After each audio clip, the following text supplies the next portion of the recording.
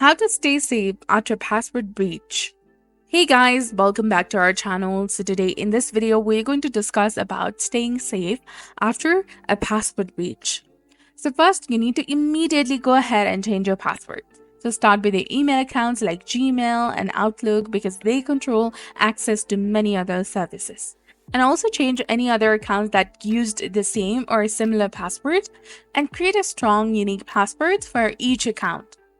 Use password manager like Google Password Manager. You can go ahead and type in account.google.com, hit enter, and make sure that you're logged in with your specific account.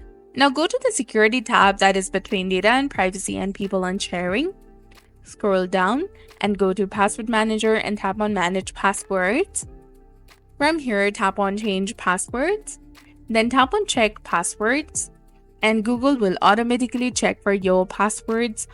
Either it is compromised or breached, or the same password has been used again and again for various websites and more. Now go through the Google's suggestions. And you can also turn on two-factor authentication. So enable two-factor authentication on all important accounts like email, banking, social media, and more.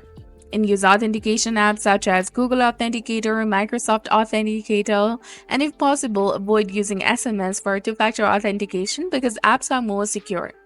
If you're using Google, you can go ahead and tap on security, and there you will see the option of two-step verification.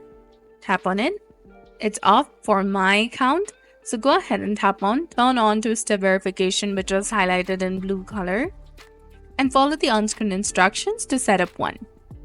And also scan for malware and keyloggers. Use the Windows Defender or another updated antivirus software or program. Run a full scan to make sure that no malware is stealing your password. And you can also check for data breaches by going to Have I Been Pawned? Go to their official website, enter your email address over here, and see if your email address or password have been exposed in any data breaches. Update your recovery email, phone number, and backup codes for all accounts, and tell your contacts to be cautious and not click any suspicious links. Set up alerts in your banking apps to notify you of any unusual activity as well. So that's it for this video. I hope you found it helpful. If you did, please like, share, and subscribe. Thanks for watching.